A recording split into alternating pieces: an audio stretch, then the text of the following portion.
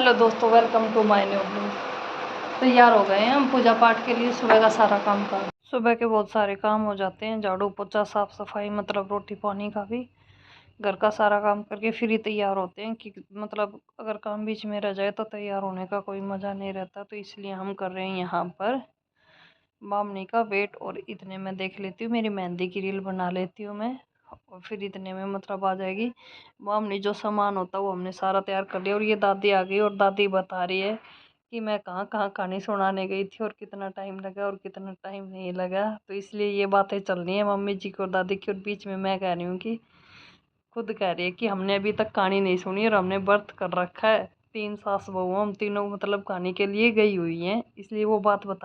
कौन जाई आज साहू का की करोगे? परसों चाहिएगी यहाँ हमारे दादी ने तिलक लगा दिया और खाने की कर दी तैयारी। मतलब हमने ये गेहूँ है जो कि ये हाथ में ले लेंगे, बाजरा तो हमारे पास था नहीं, सारा पिसवा लिया हमने। तो गेहूँ ही रख दिया हमने कहानी सुनने के लिए। और जो करवे वगैरह उनके नाल बांध दिए और टिके वगैरह लगा दिए थे। वो मतलब सारी तैयारी करके बैठे थे, दादी बामनी की वेट थी। तो दादी आ गई और मतलब एक कैमरे वाली आई हुई है मेरे पास, तो उसको कह रही हूँ कि करवे पे कैमरा लगा तू रील बनाएंगे। तो इसीलिए मम्मी जी कह रही तू सब चीज़ की फ़ोटो खींचेगी क्या?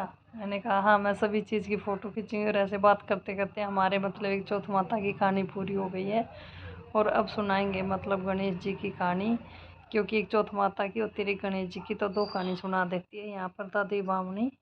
सभी की अपनी अपनी अलग अलग रिवाज होते हैं। तो हमारे यहाँ मतलब जो खांड के करुए होते हैं वही रखते हैं हम, मिट्टी वाले नहीं रखते। मिट्टी की तो एक बड़ी मटकी होती है, वो होली अष्टमी को मतलब गेहूं की रखेंगे। और इस प्रकार हमारी दोनों कहानी का मतलब यहाँ समापन हो जाएगा अभी।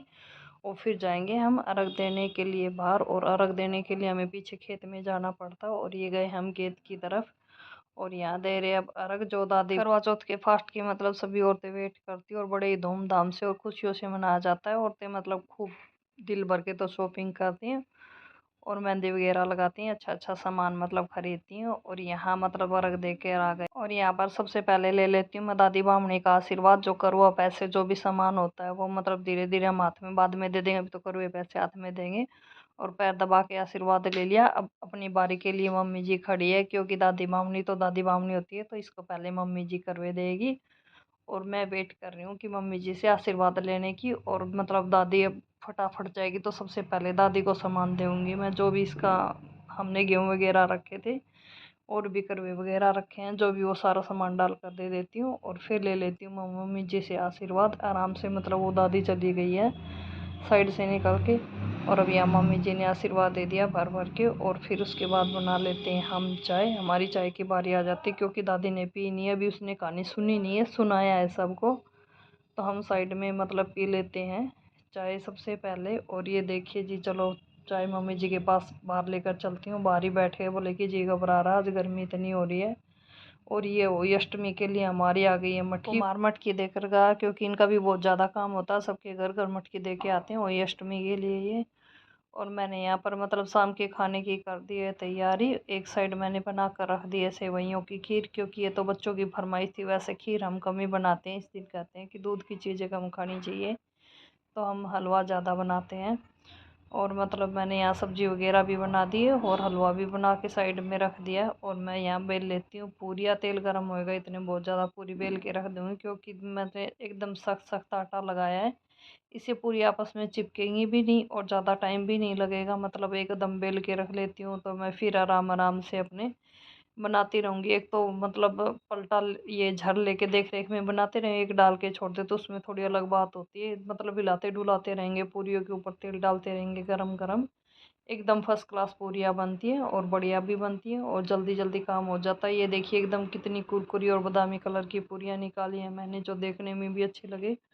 और चांद आज जल्दी ही निकल आएगा, मतलब देर नहीं करेगा, क्योंकि 8 बजे से पहले पहले मैंने सारा काम कर लेना है। 8 बजे तक आराम से चांद निकल जाएगा। तो इसलिए जो भी काम होते हैं वो फटाफट मैं सुलटाने के लगी हुई हूँ। चांद निकलते ही अपने गर्मा गर्म एकदम खाना परोस दें, बाद में मतलब इतना काम होता नहीं है। रात को चांद निकलने के बाद तो एकदम ये हो जाता है कि बस अब थोड़ी हिम्मत सी टूट जाती है। तो खाना वगैरह है पहले ही काम कर देते हैं, बाद में तो बस चांद को रख देंगे और पहले कपड़े चेंज करेंगे और बाद में ही खाना पीना होएगा। तो इसलिए मैं सबसे पहले पूरियों का काम सुलटा देती हूँ। ये देखिए जी सेवइयों की खीर है, मैंने कैसे एकदम मतलब बढ़िया फंटास्टिक खीर बनाई है बच्चों के लिए। और ये बना दी मैंने आलू की तरी वाली सब्ज़ी, खाली आलू टमाटर और हरी मिर्च की, क्योंकि मटर तो अभी लाए नहीं थे तो आलू की बना दी है मैंने। और ये बना दिया है सूजी, गेहूं का आटा और बेसन का हलवा और पूरियां मैंने साथ में तली दी थी। और कमेंट सेक्शन में बताना कि किस टाइम तक चांद देखा था और किस किस ने सारी तैयारियां पहले ही करके रख दी थी, ताकि मतलब चांद निकले तो ज़्यादा समय नहीं लगे और फटाफट। सभी को हैप्पी करवा चौथ की बधाई हो।